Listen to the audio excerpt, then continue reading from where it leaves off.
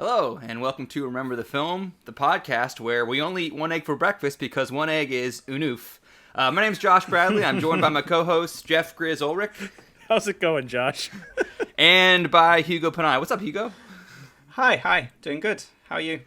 That intro get you guys? You guys weren't expecting that, huh? I was expecting something funny, but I'm glad I didn't know exactly what it was going to be. Something, but I didn't. Yeah. That intro I didn't brought know to you... if I was going to get it, actually. So, yeah. That intro brought to you by our two previous episodes, both of which have been about movies not in English, and now we're returned to the Kings with this episode, and we're talking about Trial of Chicago 7 and our guy Aaron Sorkin. One of the best movies of 2020, I think. Grizz, I think it's your number one. It is my number one movie from 2020. Hugo, where are you at on Trial of Chicago 7? We'll get into it. Yeah, we'll get into it. Sit on it. We'll get into it. And we got a lot to talk about, so let's get right into it, I guess. Some fun stuff and or background on Trial of Chicago 7. This was originally a Spielberg project, which I didn't know until I started doing research for this episode, which is kind of cool. Sorkin gave an interview with Vanity Fair about the origins of this project, and he said it started in 2006 when he went to Spielberg's house, and Spielberg said he wanted to do a movie about the protests at the 1968 Democratic National Convention and the subsequent trial. And according to Sorkin, he had never heard of either the protests or the trial, or so he says in that interview. He's kind of a self-deprecating guy, so he might be exaggerating a little bit. Yeah, exaggerating a little bit there, just to, yeah. But yeah, so Sorkin wrote that script to be made by Spielberg in 2007, and it didn't go into production because the writer's strike in the fall of 2007 and in the spring of 2008. And I don't think we're the guys to do this, but I want someone at some point to study the domino effect that happened because of the writer's strike in 2007. Oh, yeah. Like, what movies didn't go into production, what TV shows didn't go into production, etc. Because, like... That would be a great video essay. Honestly, yeah. I mean, just looking at just this movie, a sample size of one, like, Spielberg apparently wanted Will Smith for Bobby Seale and Heath Ledger for Tom Hayden. That's a really, really different movie. I mean, just Spielberg making this instead of Sorkin's a really, really different movie. But, I don't want to get too far in the weeds with this, but, like, what if Heath Ledger makes this instead of The Dark Knight? Yeah. Like, yeah. I don't know. Like, that's a chilling domino effect to think about. But, it is. Again, maybe discussion for another day. Yes. So the movie was not made with Spielberg in the director's chair in 2007 because of the writer's strike. So Sorkin continued rewriting the project over the next few years, and they apparently almost made it in 2013 with Paul Greengrass directing. Paul Greengrass, who's also made several successful adapted from true events movies like United 93 and Captain Phillips. So that would have been good. Also would have been a very different movie from either the one we got or the Spielberg version. Yeah. But they apparently couldn't agree on a budget. That's why Paul Greengrass didn't make this. That seems like a weird hang-up. Budget? Well, I mean, like, for this kind of movie, like, I'm wondering what he was asking for that they thought was unreasonable.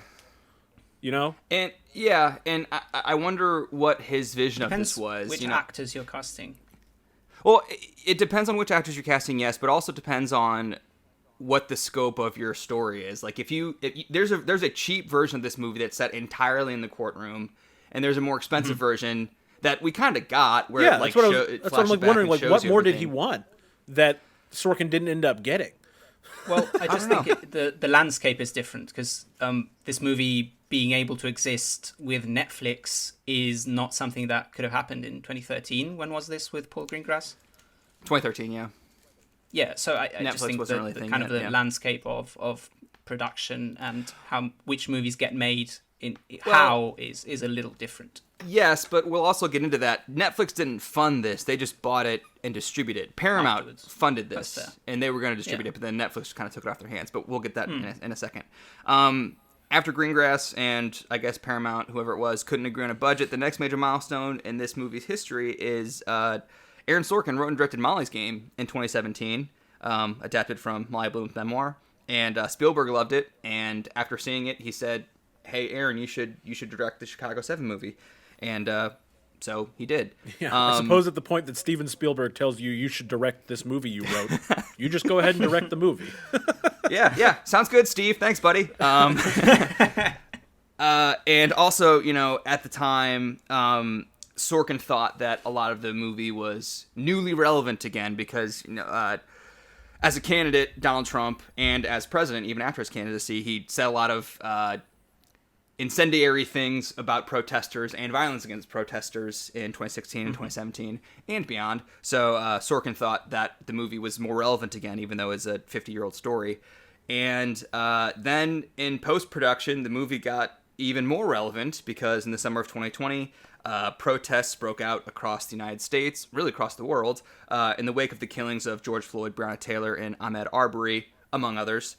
And apparently, actually, Sorkin, he was in the edit when this all went down this past summer, and he moved some things around in the movie to maybe reflect what was going on in the real world. Apparently, he added more to the Fred Hampton stuff, which I guess we can get into later. I want to put a pin in that though, the modern day relevance of the movie, because I want to discuss that in more depth. But just that is there surface level stuff. As I mentioned, this was originally to be distributed by Paramount in the fall of 2020, but again, with what was going on in 2020 with the coronavirus pandemic, theaters were closed, so they saw the writing on the wall and sold the movie to Netflix in June. And Netflix distributed this in, I guess, October-ish. I can't remember when this came out. I think it was November. I can't remember exactly.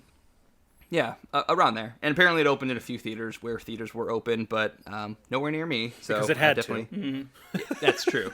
Well, it didn't actually at the have time to. that they released the movie released, they weren't aware that the deadline was being pushed back yet.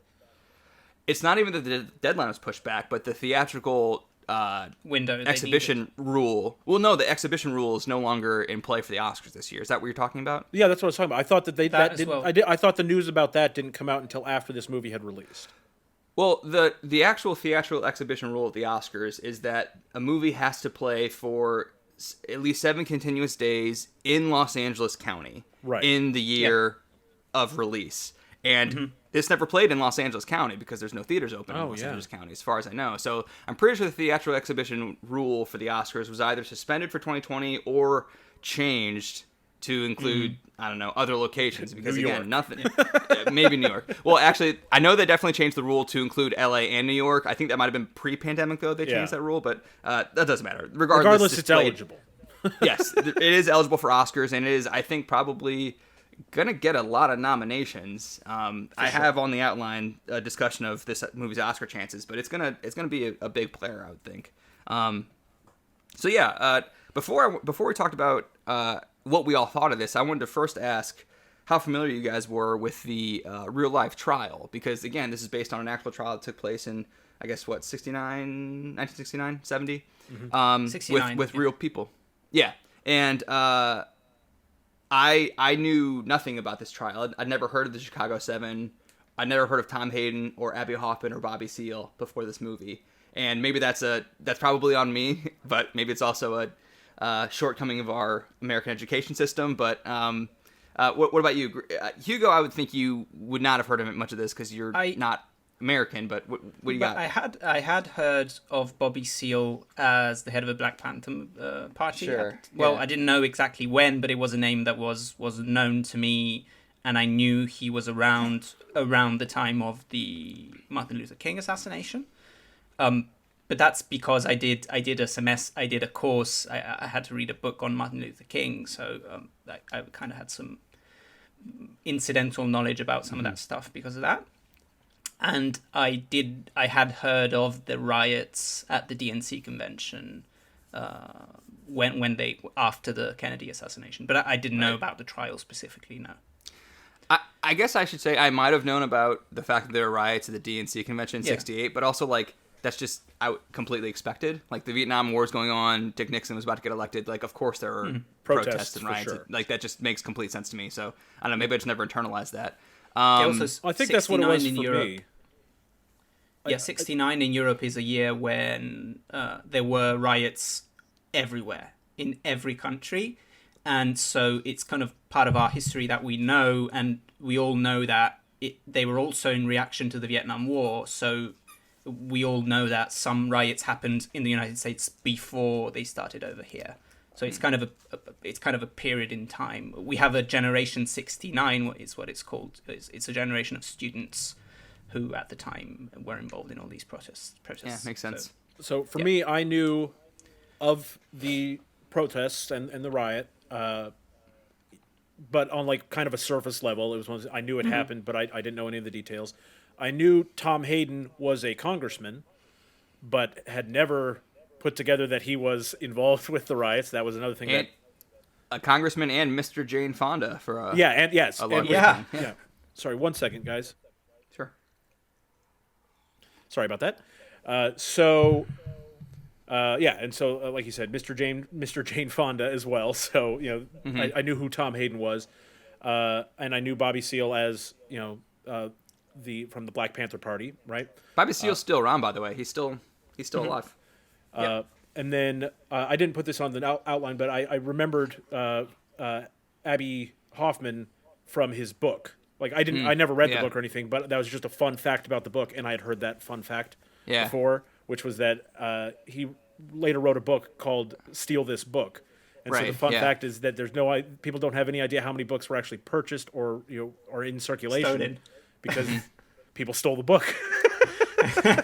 Who was it? Which band in the 90s had an album called Steal This Album? Was it System of a Down or Rage Against the Machine? One of those bands had an album called Steal This Album, which I guess is a reference to Steal This Book. Yeah, Abby Hoffman. That's the thing. Like, I knew a few names from this movie just from like pop culture references. Like, I learned a lot System about of a Down. Okay, System Down. There you go. I learned a lot about Fred Hampton just from 2020 movies, more than I ever knew about the guy before this. Because before 2020, I think the only thing I knew about Fred Hampton is that he's name dropped in a Rage Against the Machine song. Yeah. And, there's multiple movies about Fred Hampton where he appears in 2020 that are all very good. The first time I watched this movie, Chicago 7, I watched it with my in-laws, and both of them seemed to know exactly who Tom Hayden and Abby Hoffman were, and this case, they even like knew things about the judge in this case. So that was like indicative to me that like, oh, this is like something people know about. This isn't like an obscure story that we're watching here. So I'm in the minority here. I'm not in the know. If my in-laws know about this. This is a function of our age, But like I talked to my dad about this movie as well, and he confirmed that it was all over the news for weeks. I think. In our defense, or really in my defense for not knowing much about this trial, I think that this falls into the sweet spot of, kind of in between history and memory, where like it's not necessarily taught in classes because a lot of people are alive that still remember it, so why would you teach it in a history class? But like, I don't know, my parents weren't around yet, or they were like little kids when this trial happened, so like, I don't know, I never talked to anybody about the trial of Chicago 7 before, so I don't know, I'm glad this movie exists, and now that's more stuff for me to learn about, I guess. Yeah. So let's get into the movie itself. Grizz, again, it was your number one for the year. So, but I want to start with Hugo. Hugo, what do you think in general about Trial of Chicago 7? So I'm conflicted on it because it's a movie that, upon a first watch, just in terms of the film that it is in a vacuum, I thought was excellently made. The dialogue, unsurprisingly, is brilliant. The acting is fantastic, and standouts for me from in every role. There's at least one scene that I can think of. Oh, that was a great scene with that actor. But it's also a movie that the more I think about it, and the more I spent 3 hours reading about the actual trial and ways in which the movie is accurate and non-accurate.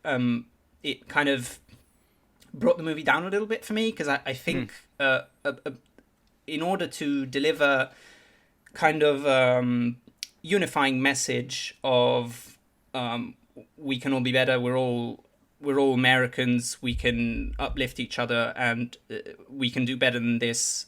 I think the movie kind of sanitized some of the more radical elements of this story.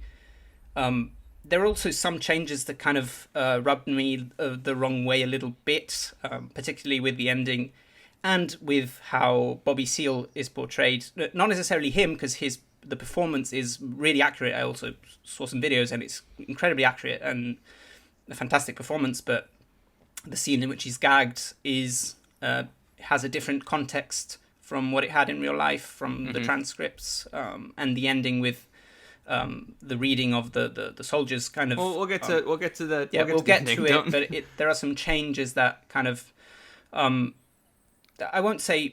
I still think the movie is really well made, but it kind of rubbed me the wrong way a little bit, as if Sorkin was trying to kind of give it a unifying message that I don't think the story necessarily has. I agree with you that I think the people who take issue with the movie, I think you hit the two biggest parts, which is the Bobby Seale stuff and the ending. Yeah. And we can talk about both of them. I definitely have the ending on the outline here. Mm-hmm. Before we do that, though, Grizz, I want to hear what you like about this movie, and I'll talk about what I like about it, too. So, I mean, just right off the bat, I've said this before, I love Aaron Sorkin's writing. Me too. He is my, I could probably safely say that he is my favorite writer for screenwriting. So just that alone is going to elevate this movie some for me. But I also loved the time at which this released. Like, finding out after the fact that Aaron Sorkin reworked some of it to make it more poignant, to match the events of the world going around us. I actually really love that. It's possible that it made it a little less accurate to the actual timeline of events in reality, but I think the point of a movie like this isn't just to tell you the story of the trial of the Chicago 7. It's to show you that we're still fighting these same battles today, and that, we have to eventually learn from these things and move forward instead of just continuing to repeat it. So this movie serves as a sort of a reminder that we haven't made the progress we think we have.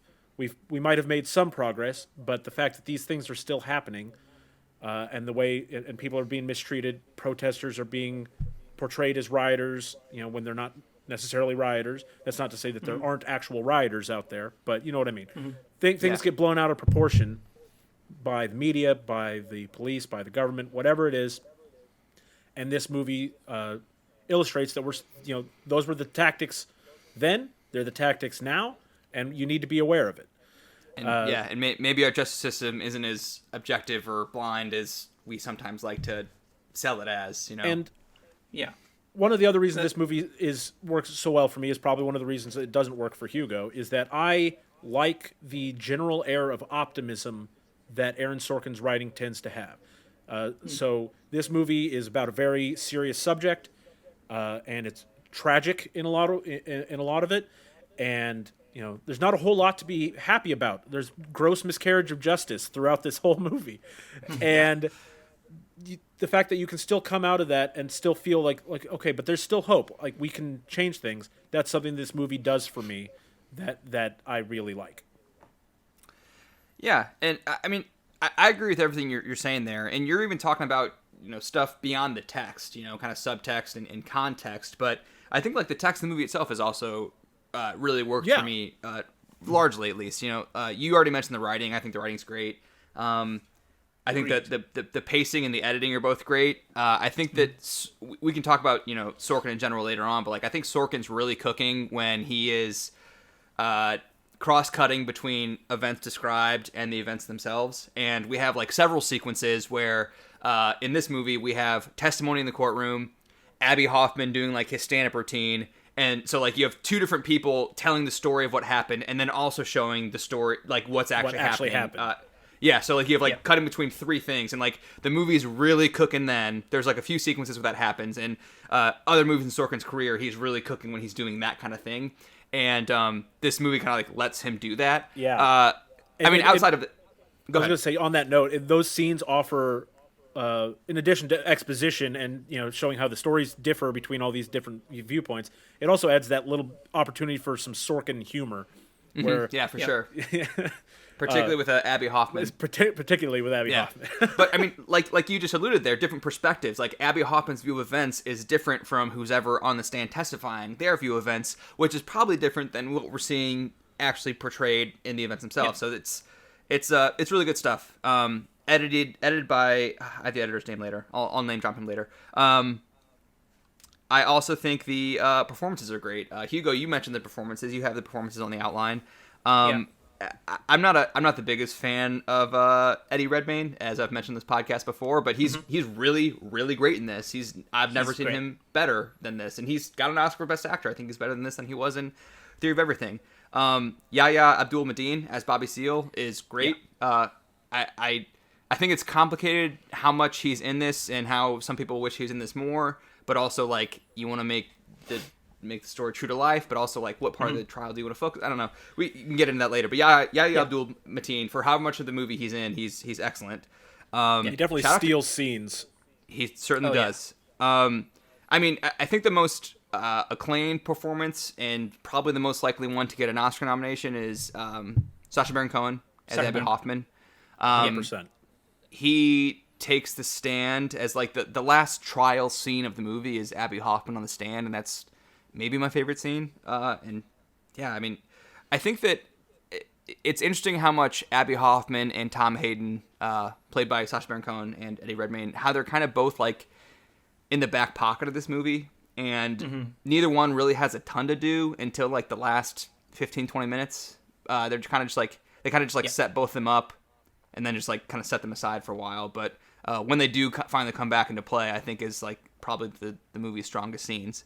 But also I want to shout out Mark Rylance as the defense lawyer. Fantastic, always.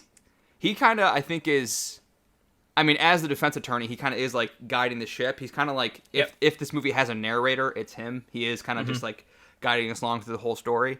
And also shout out to John Carroll Lynch, who plays David Derringer, a great character actor who I love and everything. Hugo, you have a finger up? Go ahead. Yeah, and if I can just shout out Frank Langella, who plays Judge Hoffman. Absolutely, I think he's, like, for me, he was the standout performance with Yahya Abdul Mateen. Because, like, he plays this horrible, horrible human being, but he does it so well.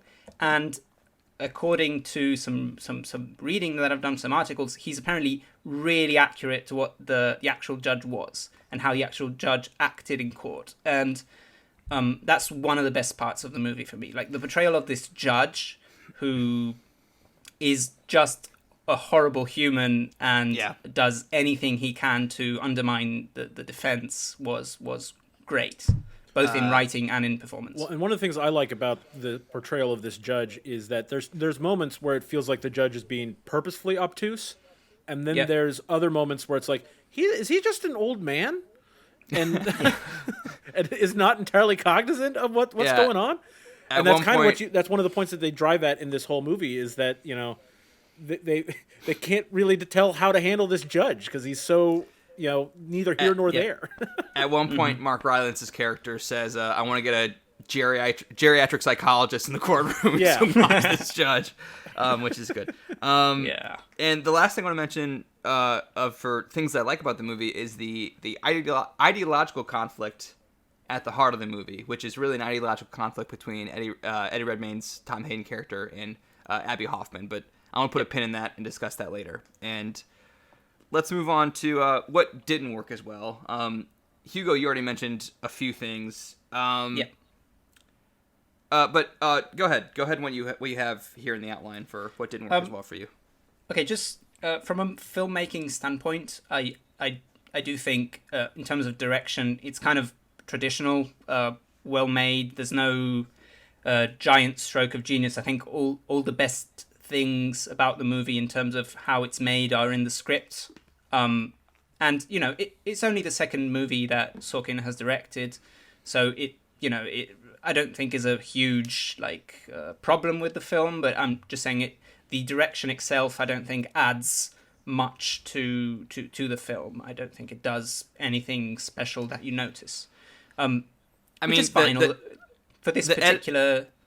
The editing is fantastic. The cross-cutting I mentioned, that is partially the director, you know. I agree. Setting that up. I can totally see that, but I also think that that is something that is in Sorkin's writing quite a lot. So it is on the paper. It's not necessarily a decision that they made afterwards. Like it is a stylistic thing that he has in his writing. Right. And for me, the stuff that didn't necessarily work is in the way that the movie is about a true story, and in the ways that it kind of deviates from it in the attempt to deliver a message that I don't think the story by itself would necessarily deliver. And I'm in my mind, while I was watching this, and particularly after the ending, I was thinking, what if the same story was directed by Ava DuVernay, for example, or Steve McQueen, or Spike Lee? Like, this would be not just because of the Yahya Abdul-Mateen's character, but just in general. I think this would be a much different movie with a different message. And I'm wondering if sticking to the events would have made it a bit too radical for Sorkin's sensibilities and politics. If you know what I mean. What kind of movie do you think Ava DuVernay or Steve McQueen would have made? First of all, I think... are we into spoilers completely? Or? I can put spoilers on. I mean, we've been talking for 20 minutes. We can go into spoilers, yeah. Spoilers! First of all, one of the big changes in the film is at the end, the convicted are, the judge says, oh, you can give a final statement and then I will give you my sentence. And then we have the big scene at the end, which is dramatically works really well, of them reading out the names of all the American soldiers that were killed in Vietnam in the roughly 200 days of that the trial had been going on. And first of all, the scene this did happen kind of during the trial, but it didn't happen at the end of the trial, which is not what bothered me. I don't mind them, because I do understand that it's a movie. You have to make it, dramatically satisfying as an ending. So I understand why they moved the scene of them reading the names out at the end. What I had a bit of an issue with was, first of all, that in the real trial they read both the American and the Vietnam deaths, Vietnamese deaths. So, as if to say, what they wanted to say is not we're all united as Americans. It was we're all united as humans, and we are against this war that is killing both Americans and Vietnamese people. Right. And also the fact that they changed the Schultz character, which is the main prosecutor, played by Joseph Gordon-Levitt, in a good Joseph Gordon-Levitt performance, but they changed his character to be more sympathetic, and in reality, he wasn't. He did not stand up to respect the fallen as he does in the film. He wasn't in the film. He's portrayed as being the one that suggests that Bobby Seale's trial should be severed from the other Chicago 7, because originally they were the Chicago 8, and then they're left with 7. He did not do that. In fact, it was Kunstler who suggested it, played by Mike Rylance, and Schultz, the prosecutor, actually said that it was an obvious ploy and a mockery of the court. So his character was very different. He was not necessarily a sympathetic character in the story at all. And so I feel it sounds like you just take issue with a lot of the creative licenses that the movie takes, and you think that Spike Lee or Steve McQueen or Ava DuVernay wouldn't have taken those licenses? Yeah, because I think the message would have been different at the end. The message is, oh, look what they're doing to these people. Look what the system is doing to these people who are trying to make the system better, and look at what is still happening today. And I don't think there would have been the unifying message of we all stand up for the fallen and we'll make a better society together. I don't think that's what the Chicago 7 believed at the time. So I don't know if it fit, because again, in a vacuum, if this was a fictional film, I would really like this message. I would really like the way it was portrayed, and I would think it was excellent. But because it takes a real story in which that did not happen and adds in this element, I think it kind of detracted from my general enjoyment of the film. Do you take issue with other movies that take creative license on historical events? I do if the creative license is in service of changing the theme that can be taken from taken So hold on. That's when it kind of bothers me. So you just mentioned the theme there. You guys both have referenced the fact that the ending of this indicates a theme that we are all Americans in this together. I take a little bit of issue with that. I think that is, that's a very literal interpretation of what Tom Hayden does in the ending there. I think what really the theme is it's finding courage. Because Tom Hayden, the entire movie is really in damage control mode. He's like showing up to the trial, trying to keep his head down, be respectful. He very notably stands for Judge Hoffman when everyone else, remains seated for him. Yep. And in the scene where him and Kunstler go see Ramsey Clark, Michael Keaton's character, he does say to him, "Sir, you need to find some courage," and he's obviously talking about himself there, really. Yep. And the one courageous thing he does the entire movie is to say, "What happens to me be damned, the cause is more important than me." And that's the one time he takes an action that reflects that, is when he reads the names and hurts his own sentencing recommendation probably, and finds his principles. I think that's really more the point, and the fact that he's literally reading names just kind of, that's important also, but like from a thematic standpoint, I think that's really the theme they're going for, is finding courage, the cause is bigger than you, that kind of stuff. I get it, but they changed what the cause was to some extent. That's what the movie made me feel, because I don't necessarily think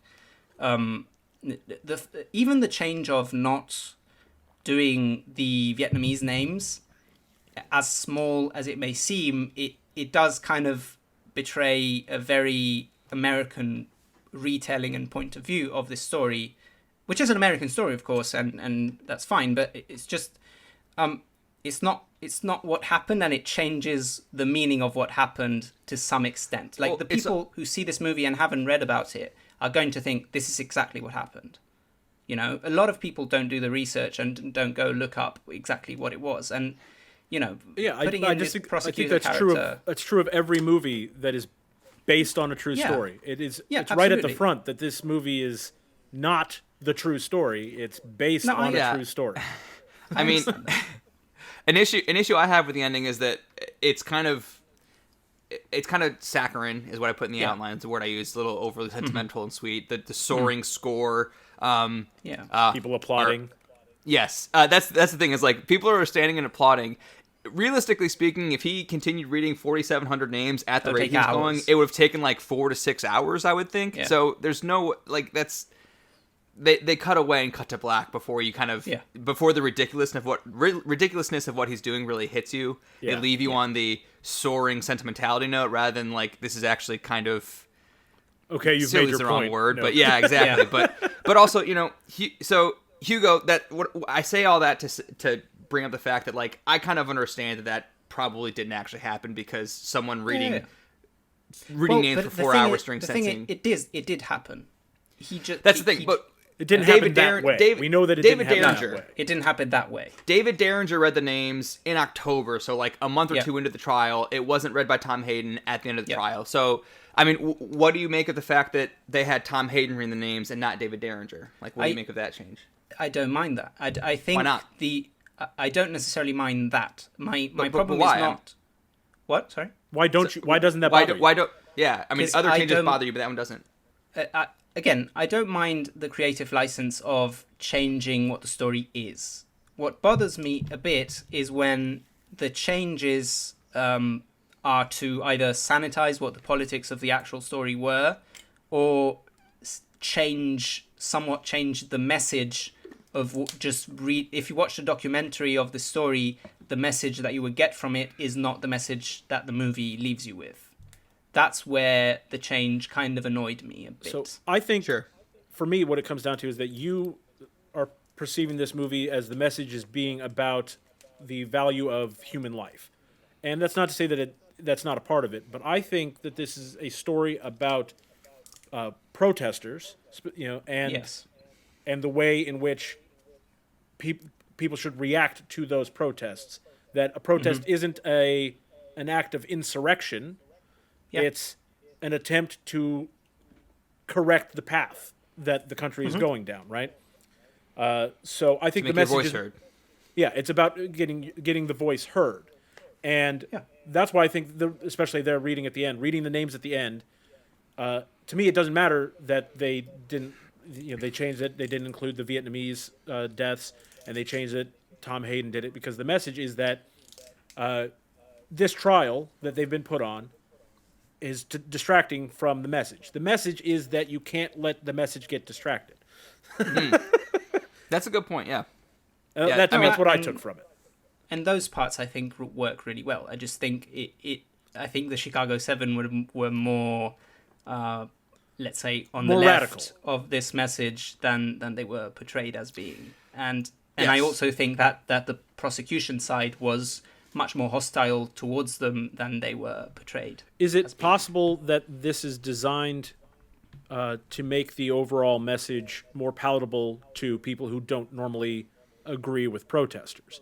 And Yes. is there not some inherent value in making a 100%. message that people who normally see protesters of any kind and be like, what are these troublemakers doing?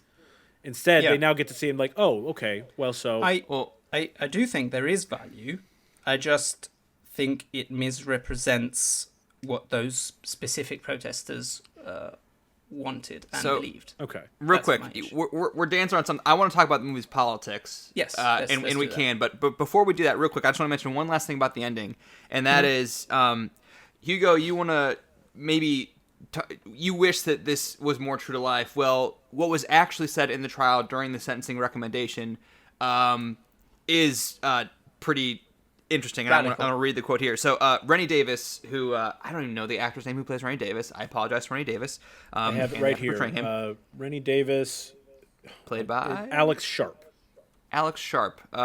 Doesn't have a whole lot to do in this movie, but good job with what you're given. But Very good so at writing names in a book. Excellent. Yes. So in real life, Rennie Davis did say to Judge Hoffman during sentencing, quote, "You represent all that is old, ugly, bigoted, and repressive in this country, and I will tell you that the spirit of this defense table will devour your sickness in the next generation." Holy shit. That's cool. Yeah. And Jason Bailey, who wrote the review in the New York Times, he cited that quote as, quote, the most Sorkin-esque dialogue in the transcript, and he said that not including it in the film was, quote, downright baffling. And I agree. I think, Hugo would agree to that. I would as well. Yeah.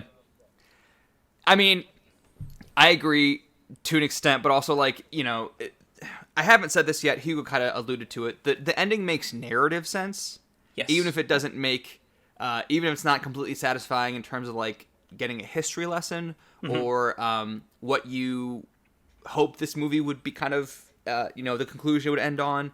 It may not be satisfying for some people in that sense, but it is narratively satisfying. It is set up and it is payoff to a setup. Like I said, Tom Hayden spends the whole movie in damage control, and then at the ending he decides, my future be damned. The cause is what matters. But I mean that quote from Ray Davis would have been really great here, and it is a very Sorkin quote, but it doesn't quite fit the story he was telling. Go ahead, Griff. Sorry. So with that quote, and this is why I think that it could have fit, is because one thing that Sorkin does in a lot of his shows and movies is takes the quiet, reserved character who is always level-headed, always in control, and they have that one moment where they break and exclaim something like this quote. And I feel like they could have worked that in, and it would have been a very powerful moment for a character like Rennie. Well, he does that in this movie, but he does it with Tom Hayden instead, who's reserved and level-headed, and I think the we do difference see though is him that lose his head. Tom Hayden is reserved and level-headed in terms of like when they're preparing the protests and everything. In the courtroom, Tom Hayden is terrified.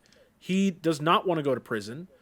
He's quiet too. He is quiet, but like I think it comes from a place of I just got to get through this, so if I have any chance of not going to prison here. Whereas Rennie is level-headed and is constantly still focused the entire time on what they're actually there for, which was the message. So I think it could have been a very powerful moment. I agree. I'm not saying Rennie's not level-headed. I'm saying Tom Hayden is the quiet, reserved guy, and the one time he loses his cool is actually during the protest, not in the courtroom. Starts the riots. Yeah, to an extent, allegedly. Yeah. Allegedly. But okay, on the topic of Tom Hayden, I think that the Hugo, I think that you're right that the movie does kind of sanitize some of the politics of those involved. I think I would assume that these characters were further left than the movie portrays, particularly Tom Hayden, because I think that the movie kind of the central conflict in the movie is an ideological conflict between Tom Hayden and Abby Hoffman, as I mentioned. Tom Hayden, at least as portrayed, represents more of an establishment kind of liberalism, maybe like a more closer to center, as opposed to Abby Hoffman, who is hippy dippy far left radical kind of guy. And the their ideological conflict is set up in the first 20 or so minutes. Actually, it's set up before the credits even. And then it comes to a head in the movie's climax in the last third. But whether or not those two were actually like butting heads, I don't think that's actually true. But it's just what the drama. Kind of a dramatization. I don't think that they were like that involved with each other. Like obviously they were aware with each other and they were at the events together. But I think the whole point is that they are representing different groups, and so like they're involved only so much as they have some shared goals, but the way they go about it are completely different. So I really don't think that Abby Hoffman and Tom Hayden, I doubt that they actually interacted that much enough to form butting heads relationship. Right. Well, maybe they would, because the thing is, the butting head relationship happens during the trial, and what they are arguing in their defense is saying we were part of separate groups, but we happened to agree on this one thing, which was the Vietnam War specifically, and that's why we're here to protest. But we're protesting for different groups, different reasons, different ideologies. And so the point is, we weren't very involved with each other before the trial started. We're not the Chicago 7. You, the prosecutor, are arguing we are committing conspiracy to what was. And so you're saying that maybe they butted heads after the trial had began. So they butted heads during the trial because at that point they have to be involved with each other because they're defending together. I honestly I think that like I'm not a lawyer. I haven't been to many criminal trials of any kind or anything like that. But my understanding of it is that after that day in court, they're not going home together. They're not all hanging out at the clubhouse, sharing their thoughts on the day. They're going to their respective homes and going to bed. They're not. Well, this movie portrays them as being together all the time. All the time. Yeah. And I doubt that is how it was. Yeah. Well, so about the movie's politics, real quick, I wanted to say that I think that there's surface level politics in this movie, and maybe if you either are more right leaning yourself or you don't have like the knowledge of the inner workings of the Democratic left wing infighting, you may see just the surface level politics of this, which is Vietnam War bad, police brutality bad, et cetera, Richard Nixon bad, et cetera. But I think there is there's a deeper, more nuanced political discussion in the movie, but it's just kind of isolated to like which left wing philosophy works more, I guess. And I think that we're going to talk about Oscar chances later, but I think that the surface level politics of this is something that kind of turned me off a little bit because it's a little overly simplistic. Grizz, you said that the movie is positioning the audience in such a way that it is immediately on the side of the protesters, and it really does do that. The opening image, you guys know I love opening images and opening lines. Yes. Yep. It's Lyndon Johnson announcing sending more troops to Vietnam, and then it shows a sequence of like letters being put into mailboxes as people get their draft notices. Opening your movie with that, particularly 50 years after Vietnam, really puts the audience in a place where like, that stuff happening is bad. No one's going to think that that's like a good thing. So people protesting that must be good, and I'm on their side immediately. Before, any of the violence in the protest happens, you are automatically implicitly on the protester side because the movie opens that way. And it has 50 years of hindsight to open that way. But I think that there's nothing like inherently wrong with that. Like just being like I guess this isn't really an anti-Vietnam War movie. It is, but that's kind of overly simplistic. But I think it's more pro-expression of your views. Than anti. And a Vietnam War protest is like the setting of that. It's easy to get bogged down in the specifics, but like that's kind of just set dressing. It could be about anything, but it's really about again finding courage and the message and protest and blah blah blah blah. I think that the Academy 10 years ago would have been more likely to give a movie like this Best Picture. Yes. Something easy and simple with like easily digestible left-leaning politics. Again, Nixon bad, Vietnam bad, police brutality bad. And also kind of left, if I may say, kind of American left. It's left of definitely center, American but also like it's American left. It's left of center, but in like a very digestible way. Again, it's not hard to say the Vietnam War was bad and people protesting the draft were like, probably right to do that. It's presented in a way so that moderates can accept it more. Correct. Yes. That's what. But for me, I think that the deeper political discussions in the movie between Abby Hoffman and Tom Hayden are the movie's greatest asset. And I agree. They're kind of reserved for, again, the last like 20 minutes. They kind of just like are set up, set aside, the trial happens, and then like in the smoking gun of the trial is a recording of Tom Hayden that would absolutely not exist at all, and it's kind of dumb that they like. I realize that they need to like put a big dramatic moment with Tom Hayden in the climax of the movie, but the way they do it is kind of lazy for me. Just like, oh, we found this recording. Who was recording? I don't know. Where were they? I don't know. How do we get this tape? I don't know. But I don't know. Yeah. Doesn't matter. It's very convenient that all the pieces fall into place the way that they do.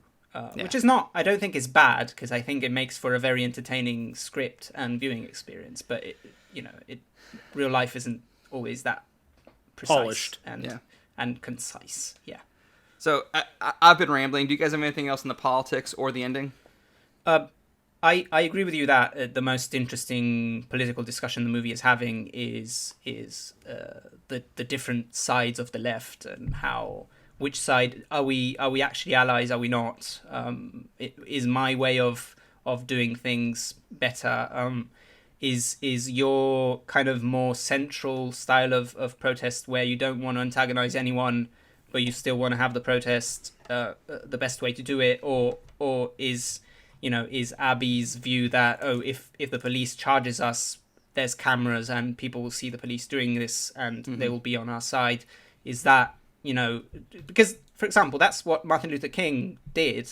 He was completely nonviolent, but he knew that if there were going to be violence, the police were going to start it and the cameras were going to be there.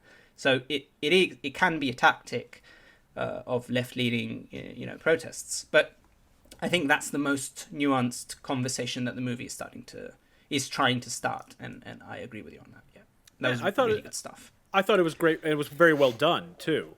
Yes. I like we said, like a lot of the politics of this film is very surface level. I personally don't mind that, especially when you consider the audience, which is the entire world. Not everyone cares about politics as deeply as you or I do, Hugo, as we're both political science students. Josh, were you poli-sci in college? I don't even remember. My major was aerospace engineering. Oh, that's right. So aerospace. just like, related to poli-sci, but like little tangential, yeah. Not off. Yeah. But not everyone is gonna care as deeply about the political stuff as other people might, and so I don't mind that. And in fact, I respect that it's surface level, because that's about as much as most people are going to be willing to delve into the politics. But then they do have this deeper level that people who do care a little bit more about can dive into, and the performances in those regards are excellent. Tom Hayden in this movie, again, I don't know about him as the actual Tom Hayden, but Tom Hayden in this movie represents central left very accurately, especially for that time period. And Abby Hoffman, is the extreme left, and and they do the performances are excellent, and they are done in such a way that you actually are able to find things to like about both of them, which is what I do like. Although I do think I think Abby Hoffman is more likable through the whole movie than Tom Hayden by a significant very margin. much so. Very much so.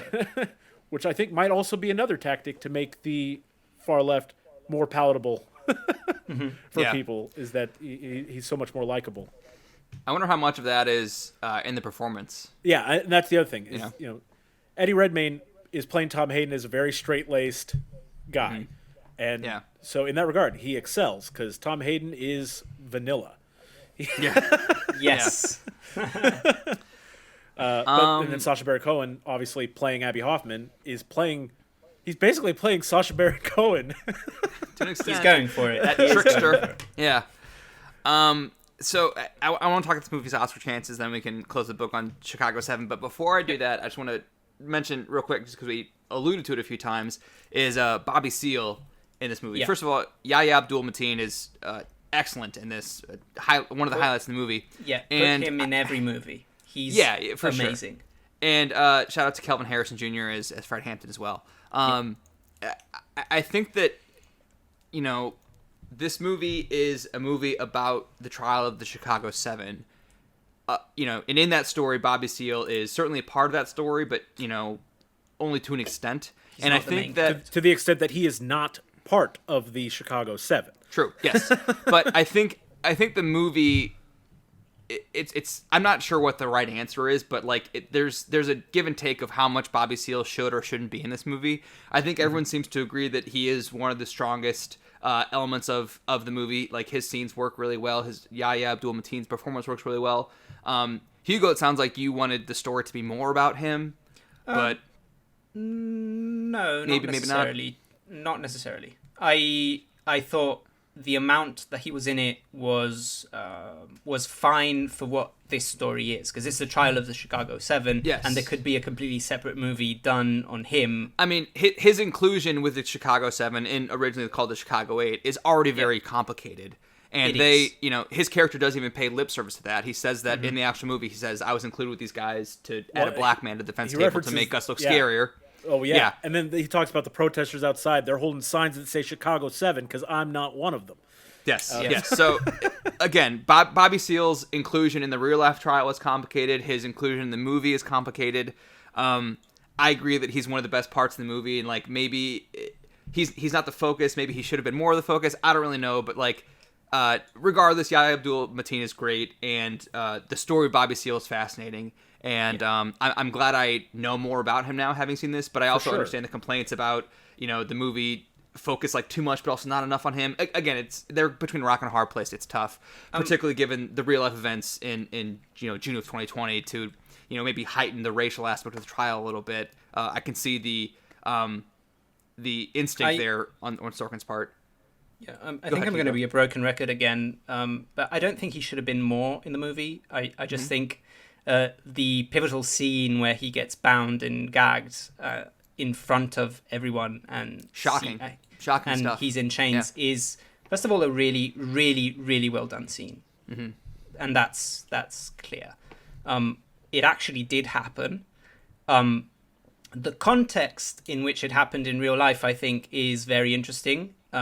Because the actual murder of the other Black Panther leader happened months later, and what he said to get the judge to do that to him was something very strong that I don't know if the movie was willing to go that strong, and I don't know if the movie was willing to have that conversation. Because what he actually said, the quote from the transcript is, after he was discussing with the judge for the upteenth time that the judge wouldn't allow him to represent himself, and he wouldn't allow him to cross-examine the witnesses. And so what he said at one point, he snapped to the judge and said, you have George Washington and Benjamin Franklin sitting in a picture behind you, and they were slave owners. That's what they were. They owned slaves. You're acting in the same manner, denying me my constitutional rights. That's what he said to the judge. And that's when the judge told the marshals, as he does in the movie, to deal with him as he should be dealt with. Yeah. And then they bring him away, and they bring him back bound and gagged. So that is a powerful, powerful statement from this Black Panther leader, who obviously was a very radical left movement that the film decided not to include in the film, and I don't think you need more time with him to do that statement. You know what I mean?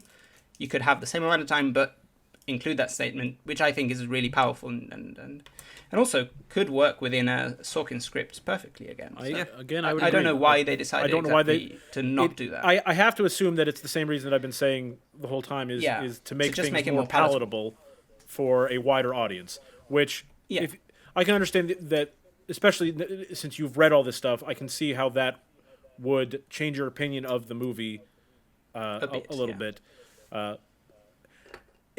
That's a conversation worth having. Is it worthwhile to water down some of these situations a little bit to make it more palatable? If that means that the message reaches a wider audience, is that worth it? Or is it more important that the actual events be portrayed 100% accurately, even if it makes some people uncomfortable? And in a lot of ways, I agree with you, Hugo. That I think that these things could have been done in a Sorkin movie, and they're Sorkin level writing. Very very clever statements, powerful statements. But if you're trying to make a movie that you want everybody to watch, I can see why. In the grand scheme of things, I don't even know like how involved the production companies are. With Aaron Sorkin's script here, did they? I don't know the earlier drafts. For all I know, someone told him, "Hey, let's go ahead and tamp this down. Tone it down a little bit." It could be. I don't know. It's complicated. It's definitely complicated. I will say I am a fan. I am a fan of art that makes people uncomfortable. So sure. That's my perspective. One last thing on the ending, because I know we want to move on. We referenced the saccharine nature of this movie, and I already Capra-esque. mentioned that. Yes, it is Capra-esque, but it's one of those things that Sorkin does a lot, and I think that this ending, while very sweet, I just wanted to touch on that that optimism that means so much to me.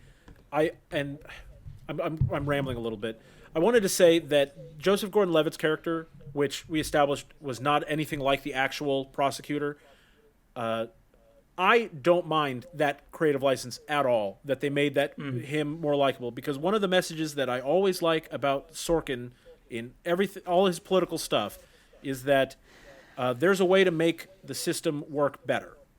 And that way is by putting the right people in the job. And by making this prosecutor a more likable person, a more reasonable person, you get that glint of hope that, it's possible going forward, that you see him stand at the end for all the fallen. So maybe there's hope that this guy is not going to kowtow to his bosses going forward. You get that little, yes, it's very poetic and sweet and all that stuff, but I eat that. It's a little much for me. I love it. I'm like, yeah, but give me some hope. To your point, it is established in the first scene that he's a 33-year-old assistant, attorney. So like maybe he is the future of what prosecution will be like in the United States. The problem with that is we are in the future and we kind of know that it's not. Yeah, like fair. That's I think issue. Like I understand the optimism in the movie and I appreciate you responding to the optimism, but it's dampened by the fact that we live in 2021 and we know what the future holds, and like we know that nothing kind of, I mean, not nothing changes, but like I don't know, maybe not enough has changed. Well, in terms 100% of not enough has changed. But that's I think that's why I like this message, is because again the whole thing is that what we can be, not what we are. What we can be and not what we are, and that's what this movie's about. It's like, look, these are the problems that we had then. Here's how we can address them going forward and actually improve. Right. And the way we do that is by actually taking the steps to improve. Yes. So we are nearly an hour in, so I'm going to move us along very quickly here. Real quick, stuff about the Oscars for this movie. I'm just going to read these as quickly as I can. If you guys want to jump in, please do, but otherwise just let me vamp. This currently, according to the Las Vegas odds, this is currently the second most likely movie to win Best Picture. I kind of don't think it will, personally. I think that No Man's Land's going to take it. But like I said earlier, like the surface level politics feel like something the Academy might have been more inclined to give Best Picture to like 10 years ago. But the politics kind of seem a little tame in 2021. Yeah. Go ahead, Chris. Yeah. Just one thought on that. I think it's still very likely that they could give them that, because while sometimes the Academy shows that they've made progress and care about deeper meaning on stuff, they also give Green Book Best Picture. That's true. So yes, sometimes they don't really care that it's that deep, And I much prefer the politics of Trial of Chicago 7 to the politics of Green Book, but I do not want to get into that right now. But in terms of his Best Picture chances, something that's often stated is that the largest voting branch of the Academy is the actors branch. And there are a lot of actors in this movie, a lot of great performances in this movie, compared to the other Best Picture frontrunner, which is Nomadland, which notably only has 2 professional actors in it, and otherwise is peopled by non-professional actors. So I think that is actually something worth noting in terms of this movie's Best Picture chances, is there's a lot of actors voting for Best Picture. And I think that the movie's other Oscar chances down the line kind of depend a little bit on its Best Picture chances. Like, for example, the editing Oscar, a nomination for Best Editing is a very odd bellwether for Best Picture chances. Like, if a movie gets nominated for editing, like, movies that win Best Picture are almost always nominated for editing. Whether or not they win is another case, but, like, that's just, like, a weird anomaly of like, Oscar trends. Like, I can't really explain why that happens. It's almost as if good editing is important for good movies. Or it's almost as if people don't really know what editing is and don't know what good editing is. But regardless, Alan Baumgarten edited this. I've already praised it. It's great editing. So he could, the execution of the screenplay is heightened by the tight editing by Alan Baumgarten. So I think Sorkin scripts are often well served by good editing, the way that his scenes cross-cut. I've already mentioned that. The Social Network won Best Editing at the Oscars. Moneyball was nominated for Best Editing at the Oscars. Steve Jobs wasn't, but it should have been because it also has the cross-cutting. So if this wins in editing, I wouldn't be that surprised because the editing is great. I think the most obvious opportunity for this to win anything is an original screenplay. No surprise there, given it's Aaron Sorkin. I think that its biggest competition is Promising Young Woman. If Promising Young Woman wins Best Original Screenplay, which will probably be handed out early-ish in the night, or at least earlier than Best Picture. Yeah. If Chicago 7 loses Original Screenplay, call your bookie and put all your money on Nomadland winning Best Picture, because if Chicago 7 does not win Best Screenplay, it's not going to win Best Picture. Yeah, that's just agreed. With the exception of The Shape of Water, I think every Best Picture winner in the last 15 years also won its respective screenplay category. So this year, Nomadland is an adapted screenplay. Chicago 7 is an original screenplay. So they could both win the screenplay category, and potentially that's win not Best Picture. Yeah, exactly. Yeah. So if this loses original screenplay, call your bookie, put all your money on Nomadland. Put your mortgage on Nomadland, because that's what's going to win Best Picture later in the night. Okay, but just for the record, we don't give betting advice. If you lose all your money, that's not on us. We don't. That's not us. Correct. Thank you, Counsel Grizz. I think it's pretty obvious that Sacha Baron Cohen will definitely be nominated for supporting actor. Yes. I don't see him winning, but I think he could be nominated. God, I hope he wins. Also, I think that. Daniel Kaluuya playing Fred Hampton in Judas and the Black Messiah is the clear favorite. I think Mark Rylance could also sneak into supporting actor. I think 3 of the 5 spots for supporting actor are kind of determined right now, but there's a few wildcard spots, and Mark Rylance could definitely sneak in there. Former Best Supporting Actor Oscar winner for Bridge of Spies. So good. Very good.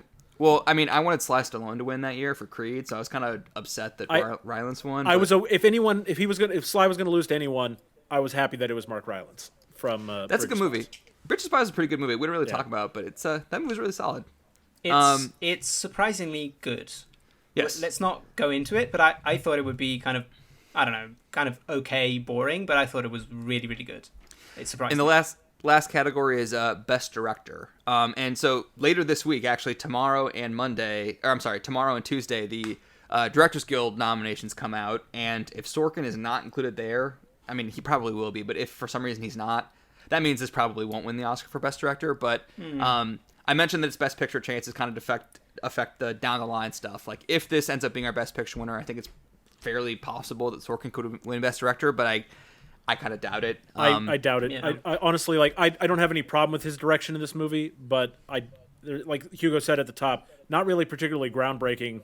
Yeah. In direction. It's competent, but it's not. So I'll even say it's good. It's good. It's better than just competent. It's competent in the amazing. sense that it's good, but it's kind of traditional. There's nothing about the direction specifically that stands out. So aside from the editing, and I agree on the editing. Well, I'm not casting aspersions to anybody on this podcast right now, but I think that a lot of people sometimes mistake cinematography for directing. Right. And they see good cinematography and call that good directing. But directing is more than just cinematography. It is editing. It's also performances. The fact that there are a lot of really great performances in this is indicative of good directing. Actors in this have they've referenced in interviews that Sorkin, he's almost a conductor more than a director, in that he's listening to the cadence and the pace and the music of the dialogue. And sometimes a scene will be playing out in front of him. He won't even be looking at the monitor. He'll have his headphones on and his head down, just listening for it. So, I don't want to undersell his direction. The patter is so important to his writing, and I think that as a director, he gets to get that patter out there as well as he wants it. So yeah, there's something to say for that. Yes. So that's all I got on the Oscars. I think it'll get a lot of nominations. This might be the most nominated movie actually at the Oscars, but I could see that. But I also could see a possibility where it gets 8 or 9 nominations and only wins 1 for screenplay, or maybe even wins 0. Who knows? But yeah, so that's Trial of Chicago 7. Shall we rank it? Yes. Yes. Okay, we are running so long. That's okay. Again, I'm gonna get outvoted on this one. Yeah, you're so gonna be outvoted on this, guys, Hugo. So yeah, so you guys should choose. I haven't really given much thought to where I would put this, but Grizz, what are you thinking? I would put it just under It's a Wonderful Life. Above Ma Rainey's Black Bottom, but below It's a Wonderful Life. Yeah, I mean, again, this list is meaningless and complicated. I think this is better than Ma Rainey, but I don't think it's as good as Mank or Jackie Brown. But I don't know. I don't know what that means for our ranking. It means tell me where to put it, Chris. So basically, we would all raise our hands. Hugo, where is it? Where do you have it? Where do you start? I don't know. I have a Starting hard from time. the bottom and moving You don't. up. You don't like it better than Godfather Part 3: Electric Boogaloo? I do. Okay, so we can start. It's better than that. Do you like it better than Iron Man 3? I would probably put it above Iron Man 3. So you don't like this better than Matrix Reloaded? I was going to swear there. I love The Matrix Reloaded. I know I'm in the minority of the world on this, but I love that movie. Okay, for future episodes, I'm going to memorize some of the architect's speech to Neo so I can say that to you next time you bring up Matrix Reloaded. Ergo, yes, an anomaly. I love it. Vis-a-vis. Okay, so I don't know. I'll probably put it. I could put it between Mank and Jackie Brown. That might be where I would put it. Okay, so then that's where it would fall off, because we'd both have our hands up in favor of being above Jackie Brown, and then you would put your hand down, and it would just be me, so that's where it would stop. So we put it under Mank. Sure, sounds good. Cool. In our meaningless list, It means something to me, Josh. it does not mean anything. So let's, now that we're 65 minutes in the podcast, let's get into our main topic. We're our own little academy, and this is how we've decided the best movies. Yes. Aaron Sorkin. Aaron Sorkin is our main topic. So let's talk about Aaron Sorkin. Real quick, he's among the most famous screenwriters working today. I think if you ask any random person to name a screenwriter, Aaron Sorkin might be the most frequently named. He's Tarantino, the Coen brothers. But the thing is, a lot of people think of them as directors, and they wouldn't even think of them as necessarily as writers, even though they do write. Up until 4 years ago, he didn't have any directing credits, but just now he has 2. Yeah, he's definitely famous as a screenwriter, and the Coens and Tarantino would be famous primarily as directors, and then as... However, this is a little fun anecdote that we don't have time for, but I'm going to tell it anyway because I'm hosting this podcast. Even though his first directing credit was 2017's Molly's Game, he had some directing experience before that. If you watch the special features on the Social Network DVD, apparently, they were wrapping up production. They were almost done. They almost had everything they needed to go into post-production. But Fincher just kind of pieced out with a day or two to go and said, all right, I'm done. Aaron, you're in charge. You can get the last few pickups. And so Aaron Sorkin, for the last day of production on the Social Network, actually did direct. I think he only had to do one shot in the montage in the opening in the beginning where it's girls being brought into the Phoenix and Mark coding. There's one shot where the camera moves into the Phoenix house and someone's looking at something on a computer. I think he's looking at Face Smash on the computer. Yeah. And that one shot was directed by Aaron Sorkin because Fincher just kind of left set and was done with the movie, I guess. And apparently Sorkin got one take and he was like, all right, so we got it, right? And everyone else was like, everyone else David's going to want multiple takes, I think, so we're doing it a couple more times just for safety. Yeah, and I'm sure Fincher, knowing him, left him extensive notes of this 5-second shot and how it should be. It's probably less than a 5-second shot, to be honest, but that's just it's a fun thing that Aaron Sorkin was a second unit director on the Social Network, and he did one shot on the last day of production. But so again, he is more known as a screenwriter, and he has a very distinct style that's very imitatable and has been very imitated and parodied. That distinct style includes ping pong dialogue, walk and talks, big emotional speeches, centering on politics, being stories about powerful people. A lot of his movies have father-daughter relationships in them. Most notably, Moneyball, Steve Jobs, Molly's Game, etc. He does have a college-age daughter, so that's probably his real life creeping into his work.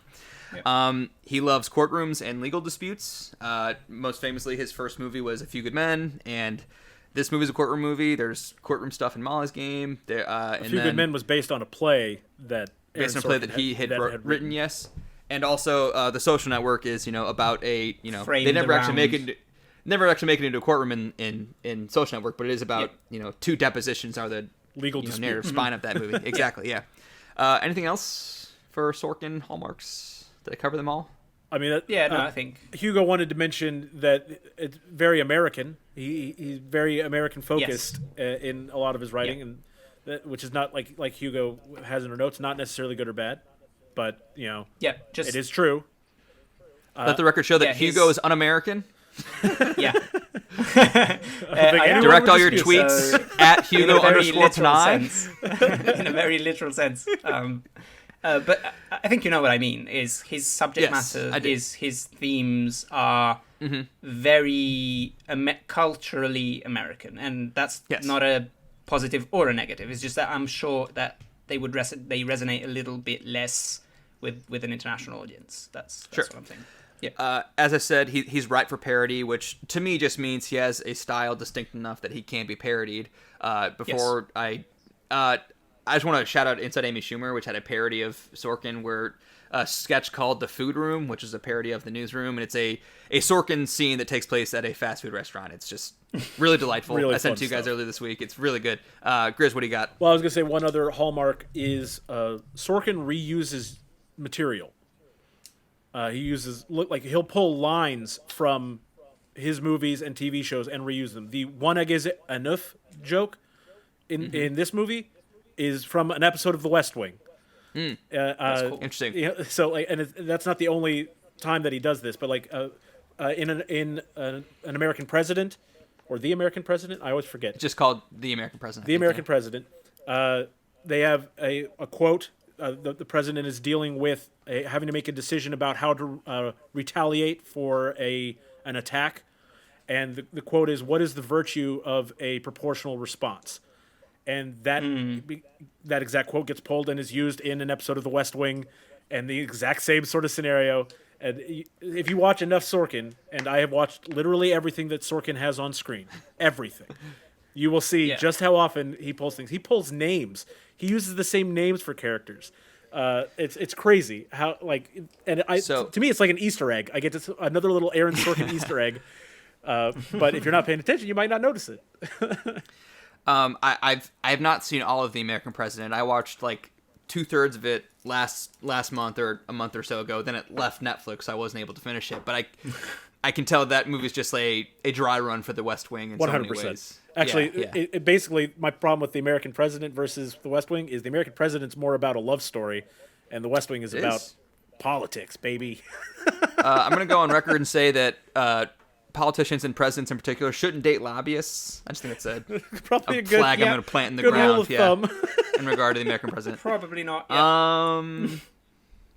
So, Grizz, you said you're a big Sorkin fan. I'm a big Sorkin fan as well, and I've listened to many interviews he's given, to the point that I can kind of say his stories verbatim, because he, everyone says the same. They have their interview stories they kind of just tell over and over again. So I can say that he has said repeatedly that he loves the sound of dialogue, and his parents used to take him to plays when he was too young to understand the play that he was watching, but he liked the sound that the dialogue made, and that it was like music to him. And in his own writing, he likes to make that music, and so that kind of leads in. The actors in Chicago 7 said that he was just listening to the scenes as they were acting them out instead of watching it, because that's what he is focusing on. It's so the rhythmic. Music of the dialogue. I love it. It is.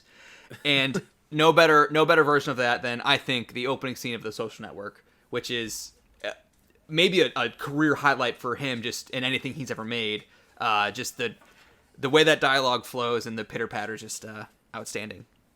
I think that movie also benefits from a score that kind of goes with that pitter-patter kind of sound. So it kind of enhances Sorkin's dialogue the rhythm is at its best of the dialogue. with the Sorkin's dialogue is at its best with music that matches the tempo of his dialogue, and that is something that a great director like Fincher would take into account.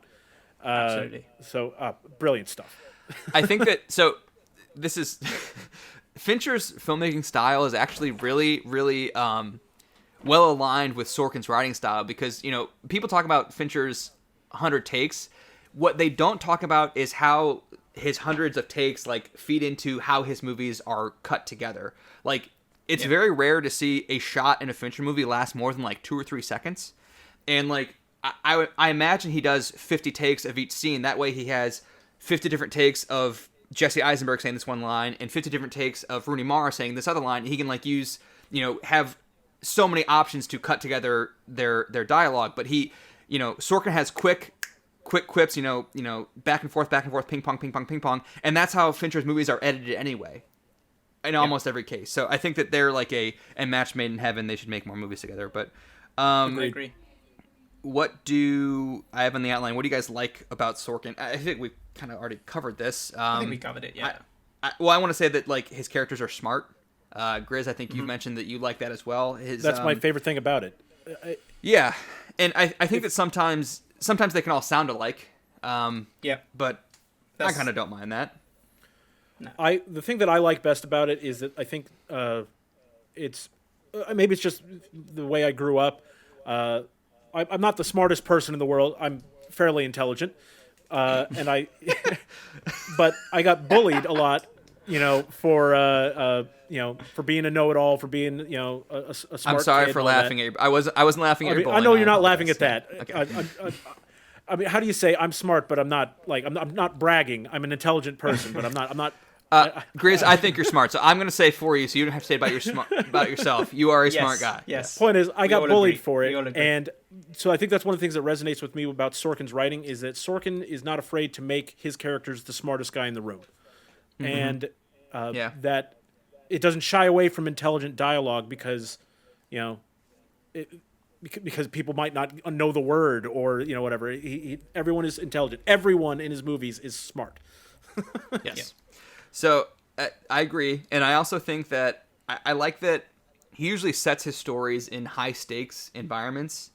Things that are just implicitly dramatic just by being set there, whether it be going through his filmography, court martials, the American presidency, war in the Middle East, a major league general manager, titans of industry, the Russian mob involved in poker games. Like, all of that is very high stakes. So just there's going to be drama regardless of what story you're telling. And also, his main characters are usually trying to do something bold. I have the outline he writes about renegades. It's, maybe that's a little bit of a strong word, but like, Billy Bean is trying to do something new in Moneyball. Jesse Eisenberg's Zuckerberg character is trying to do something new in The Social Network. Charlie Wilson is trying to think outside the box in this Soviet-Afghan conflict. And, and there's usually someone trying to like rein them in. Like it's someone with ambition and big crazy ideas that are dangerous, and someone's like, hey, you can't have big crazy ideas. You need to be more normal. And I don't know. It's a formula, but I like it. I think it works for me. And I think the high stakes situation always contributes to having a sense of urgency in anything that's happening in his movie. Even though they're so dialogue heavy, even though most of the scenes are dialogue, walking and talking, as we said, people sitting and talking, because of how high stakes the situation around the dialogue is, you always feel like this sense of urgency and this energy to what is actually happening. Yes, which I think is really good. Because he has those settings that are kind of like inherently dramatic, I think that affords him the ability to focus more on character. I think that complex characters and simple plots is a Sorkin hallmark. Again, he has said in interviews, I've heard him say this a dozen times at least, he says that when he's coming up with a story, he focuses on two things, which are intention and obstacle. What does a character want, and what stands in their way from getting what they want? And that's really all you need to tell a story. That's just a cornerstone of good drama. And I think if you trace his filmography, it's pretty easy to see in his main characters what they want and what's standing in their way, and then just letting the story play out with those two things in tension. And that's where the drama comes from. So I think that's what, that's why I like him. That's, I guess, why you guys like him. What about some, I have shortcomings on the outline. I don't know if shortcomings is the right word, but like there are some detractors from Sorkin. You know, his style can get a little overdone, I think. Yeah, I think like I said, he's very easy to be imitated, parodied. Yeah. People complain that he's preachy. That he's always trying to teach you a lesson. Yes. So this is actually the thickest section of our outline is what Hugo and you, Grizz, put down in the shortcoming section. So you guys go vamp. I'm going to get my computer charger because we're running so long, my computer's dying. So you guys go ahead. Okay. Yeah. I think we can sort of rein it in a little bit what we're saying, but I think before we get into that, I think, as Josh was saying before, there is sometimes a feeling that everybody kind of speaks in the same way, with the same rhythm, with the same type of sense of humor, in a way that doesn't always feel completely natural, but at the same time, it's so satisfying to listen to that it doesn't really matter, because it is a movie, so it's whatever. Even if it isn't 100% realistic, it's so entertaining and easy and fun to watch, so it's not that big a deal. And also the other thing that I wanted to mention, which is that I think he's starting to be a director now, as we said, but in general we'll see how him as a director will evolve, but in general I do think he's a better writer than he is a director, which is kind of a generic Aaron Sorkin take, but I do think his best movies are really well directed by somebody else. My favorite movies from him are The Social Network and Moneyball, which are really well directed movies. So, and we'll see how that evolves over time. And it's not to say that like the movies he's directed, they're both good movies. They're just, he's that good of a writer. Yeah. I want to say that I don't begrudge that take, Hugo. Like you said, it's a very, very common take on Aaron Sorkin that he's a better writer than he is a director. Mm-hmm. However, his movies have been directed by the likes of Rob Reiner and Bennett Miller and Mike Nichols and David Fincher and Danny Boyle. Those are among the 20 best directors of the last 30 years. And Sorkin is among the 5 best screenwriters of the last 30 years, but he's not one of the best directors of the last 30 years. So the fact that his movies are better when they're in someone else's hands isn't really a shot at Aaron Sorkin's directing. It's just acknowledging the fact that some really, really, really talented directors have made Aaron Sorkin scripts. And he's... Yeah. I mean, you can't compare a guy's second movie to David Fincher or Mike Nichols or Danny Boyle. It's just not 100%. Fair. But, I agree. I don't know. Maybe someday he'll reach those heights. The one criticism that I really wanted to touch on, and I know we're running long, but we would be remiss if we didn't address it. Oh, absolutely. Especially as I'm such a big Aaron Sorkin fan, it's important to address these sort of shortcomings. He has received a lot of criticism for his portrayal of women characters in his movies and TV shows. And this was exacerbated by some quotes that were leaked from emails that were part of the Sony hack a few years ago. Some of Aaron Sorkin's emails came out in that hack. And so I did want to address, the accusations of sexism in his writing. This is a big quote, so I'm just going to read the quote. This was from one of his emails that he had written to Maureen Dowd of the New York Times in reference to an article that she had written. Some of the quotes were, this was about Bridesmaids, is what the article was about. There's an implication that studio heads have a stack of Bridesmaids quality scripts on their desk and they're not making it. And it's just not true. The scripts aren't there. And he also said, that's why year in and year out, the guy who wins the Oscar for Best Actor has a much higher bar to clear than the woman who wins Best Actress. Kate gave a terrific performance in Blue Jasmine, but nothing close to the degree of difficulty for any of the 5 Best Actor nominees. Daniel Day-Lewis had to give the performance he gave in Lincoln to win. Jennifer Lawrence won for Silver Linings Playbook, in which she did what a professional actress is supposed to be able to do. Colin Firth / Natalie Portman.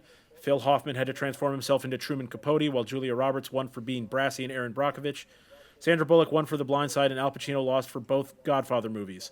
Helen Mirren and Meryl Streep can play with the boys, but there just aren't that many tour de force roles out there for women. Okay, a lot of quote. Sorry, Yes. But I wanted to give the full context of that quote.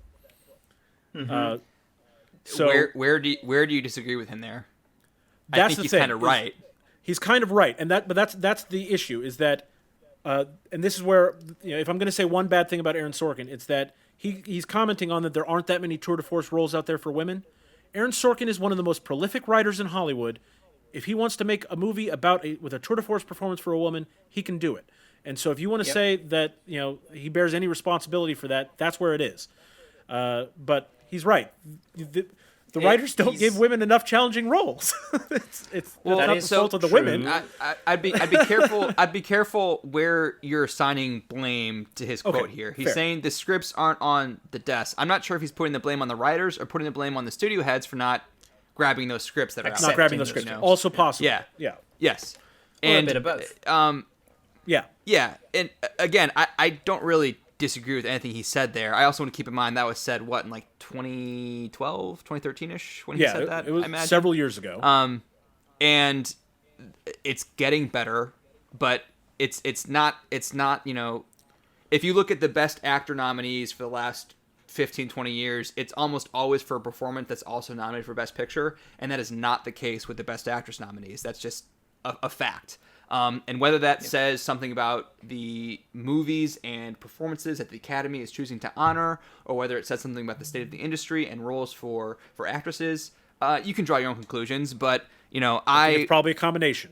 Yes, and we were talking off mic about the movie Brooklyn before we started recording, the Saoirse Ronan vehicle from 2015, and Nick Hornsby wrote Hornsby.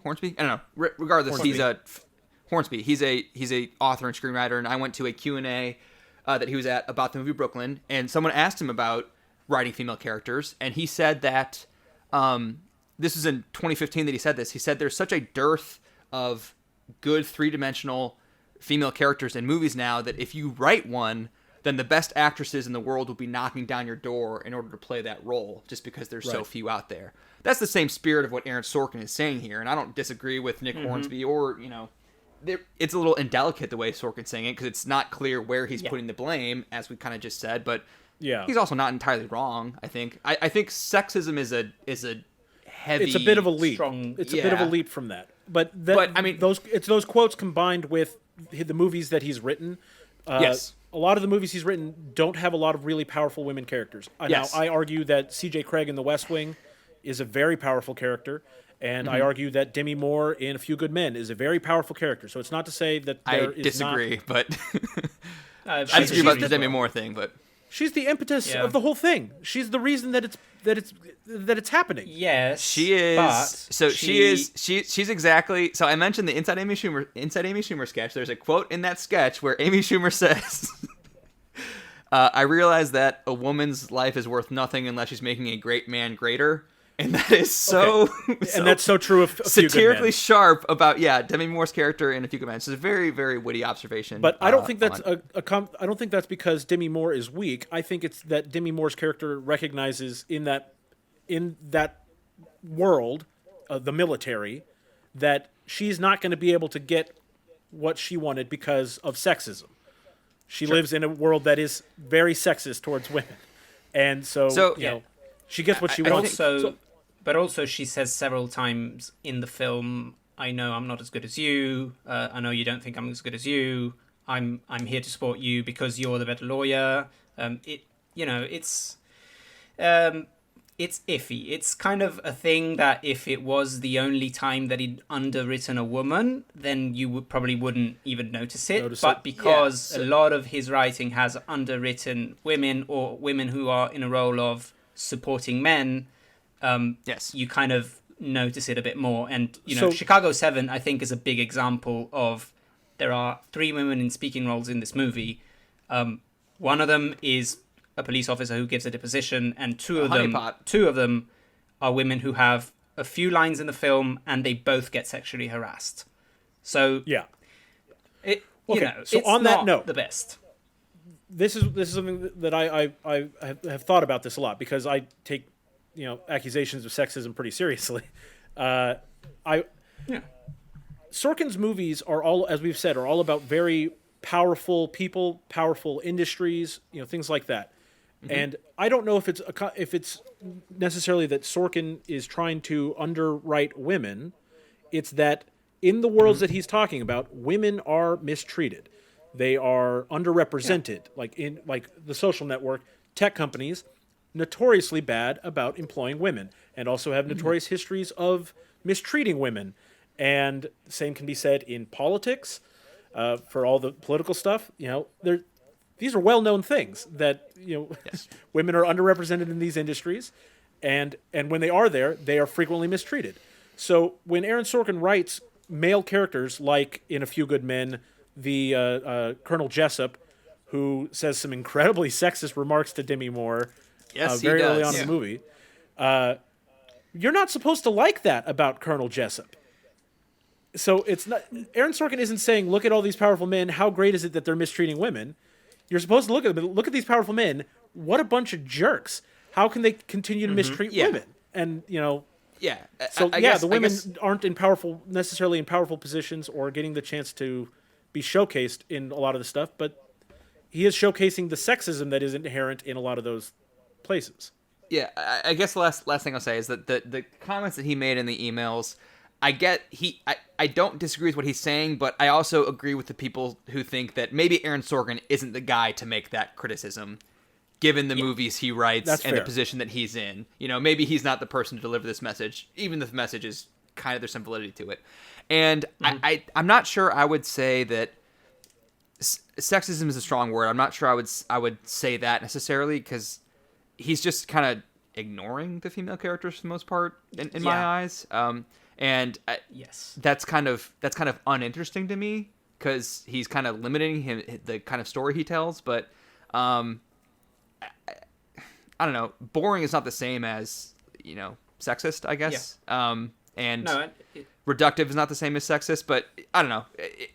I also understand the criticism, and I think that he probably understands the criticism too, because he made Molly's Game in 2017, and that was his first time in 30 years that he had a female protagonist. Am I wildly off based on my view of the topics that he's talking about, and the inherent sexism of those industries? But I think there are. I think there are. I mean, yes and no, but I think Sorry, go ahead. I think you can choose high stakes environments and high stakes topics that put women at the center of the frame, and he is choosing high stakes environments that put men at the center of the frame. Yes, a lot of high stakes environments are largely male dominated spaces, but not all of them. And no, for sure not all of them. I'm saying the ones that he's making. Okay, you're right. So he is choosing to write about those things. So there's at least that degree of responsibility in his writing, because he is choosing those topics. So. Yes. Okay, I can agree with that, but I just think that the treatment of women in those movies isn't necessarily inaccurate to what those places are like or were like. Sure, but my response. Go ahead, Hugo. Sorry. My response to that would be, yes, it is true, but you can portray that. The thing with his movies is that it's not just that there aren't powerful women or women in position of power in them. Is that then there aren't any well-rounded female characters, because you can have a woman who is oppressed, is in a position of not being empowered, but who is a well-rounded individual and fleshed out. that is fleshed out, that recognizes that discrimination that she is being subjected to, and overcomes it. And it's true, he falls short on that. Even if she doesn't overcome it, but you can still have a well-rounded female character who is a victim of that. Or you can have a well-rounded female character that has nothing to do with that. The issue is that it feels like women don't exist in his movies sometimes. They're a little ancillary. And you're right. Yeah. You're right. Yeah. Yeah. That's where I think the issue is. But again, I think so. Maybe that's a misinterpretation of when people said he's sexist. Maybe I misinterpreted what the complaint was. Yeah, possibly. I mean, I feel like we all agree with the complaint, maybe just not the specific word that the sexism word. However, I think that much like his emails that got leaked, I think that sometimes some of the things he says or does could come off as a little tone deaf. Like, for example, at the Golden Globes last weekend, he won the Golden Globe for Best Screenplay for this movie. And in his Zoom acceptance speech, he shouted out Regina King and Chloe Zhao and a few other female filmmakers and said, my college-age daughter wants to be a filmmaker because of you guys. I think that's nice, and in the moment, I thought, oh, that's nice. I even turned to my wife and said, that's nice that you said that. And it wasn't until I was listening to a podcast like later in the week talking about the Golden Globes, of which I've listened to many, and someone said, that's kind of pandering and maybe a little bit condescending to those female filmmakers who are, made some of the best movies of the year, and it's like, oh yeah, my college daughter wants to, I don't know, like it. Maybe infantilizing is the right word I would use. Like, I can kind of see why someone could take issue with him saying that. Grizz, you have a look of consternation on your face as if you disagree. Well, it's again, I'm a man, so like I'm not. Yes, I'm not yeah, really me too. to We're all men tell here. women what to be upset about, But yes, So I don't know. It's one of those things. It's like, if his intention in saying it was to pander, then yeah, that's awful. Don't pander. I didn't really get that though in the moment. Like I didn't clock it in the moment. By any so that's the means, thing is I haven't heard it at all, so I don't know.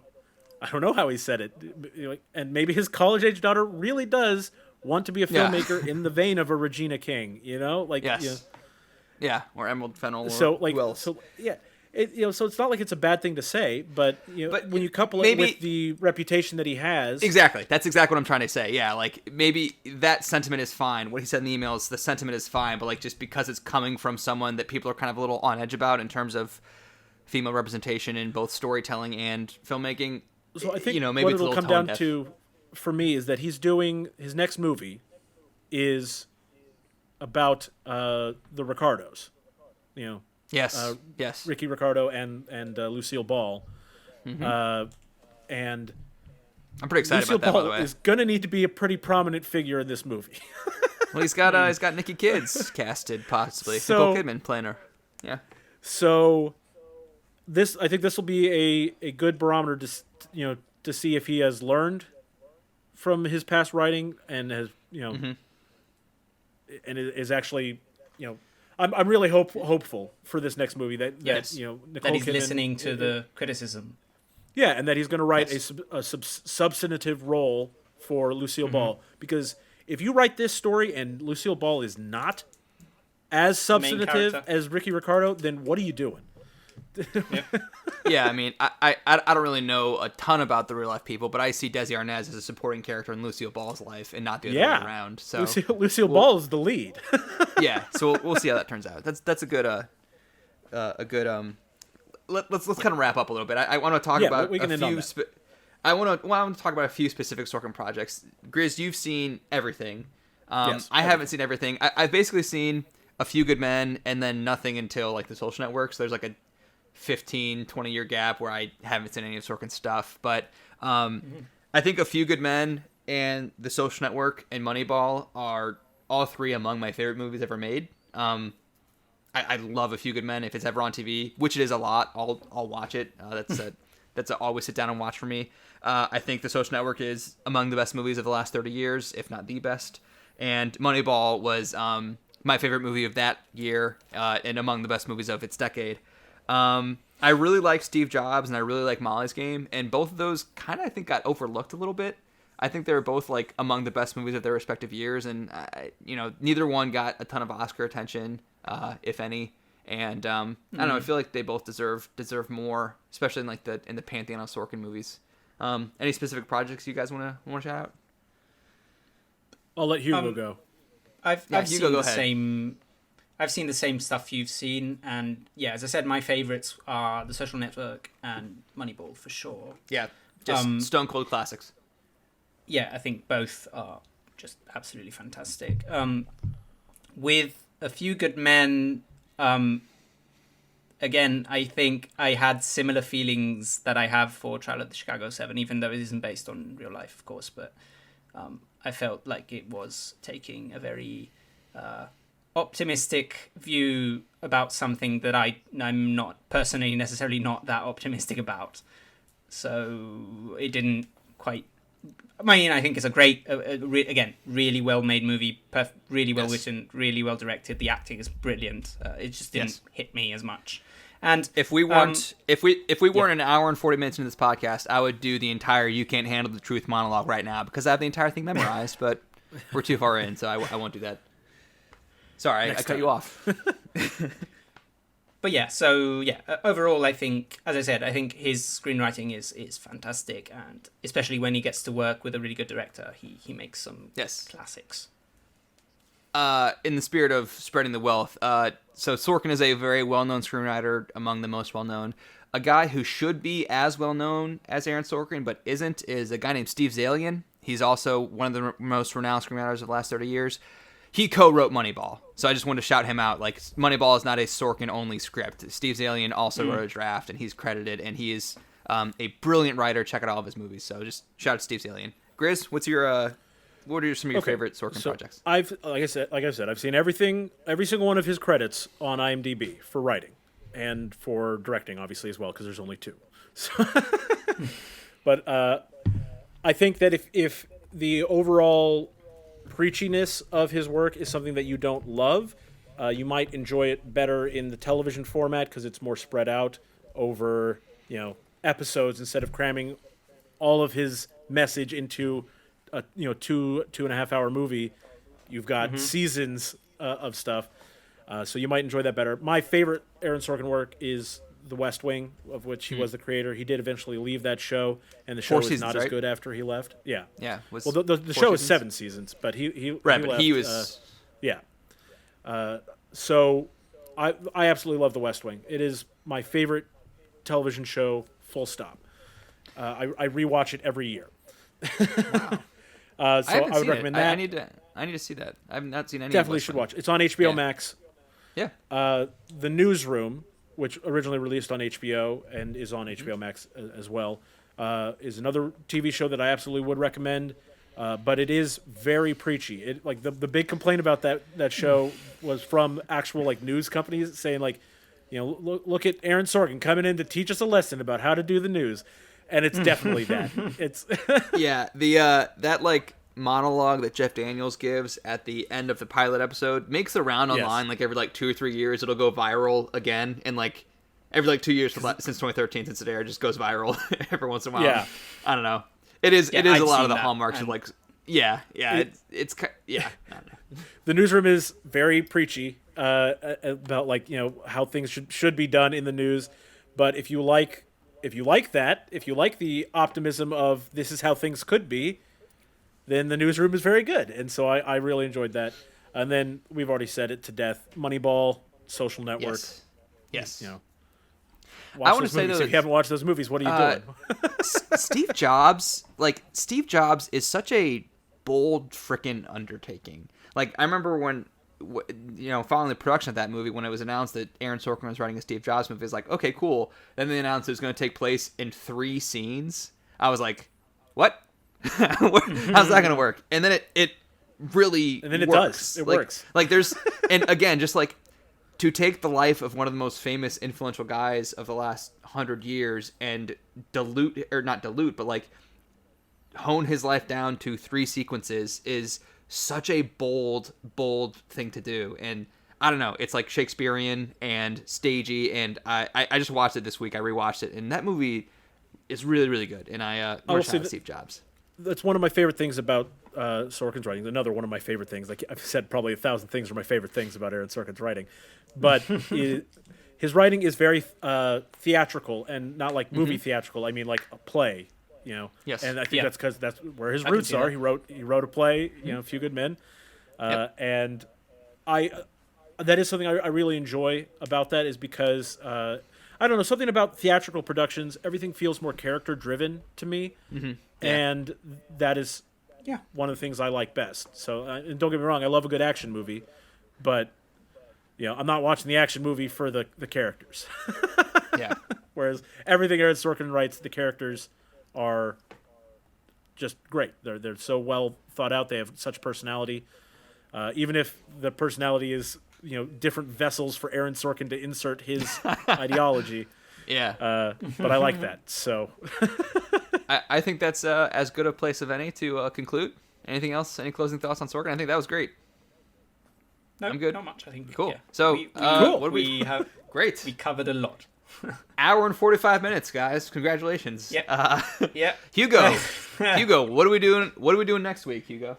So next week we're going to do the first part of a 2-part episode in which we are going to rank and kind of briefly review all of the Star Wars movies. We're going through the 11 theatrically released live-action movies. We're not going to do the Clone Wars animated movie because I just think it's unfair to talk about that movie without the context of the whole show. It's kind of really just a pilot for that. It doesn't make any sense. It doesn't really hold up as an individual movie, so we're not going to talk about that. So we're going to rank the 11 theatrically released Star Wars movies, and I hope you're as excited as I am for that, because I'm really excited for that. I am. Hell yeah.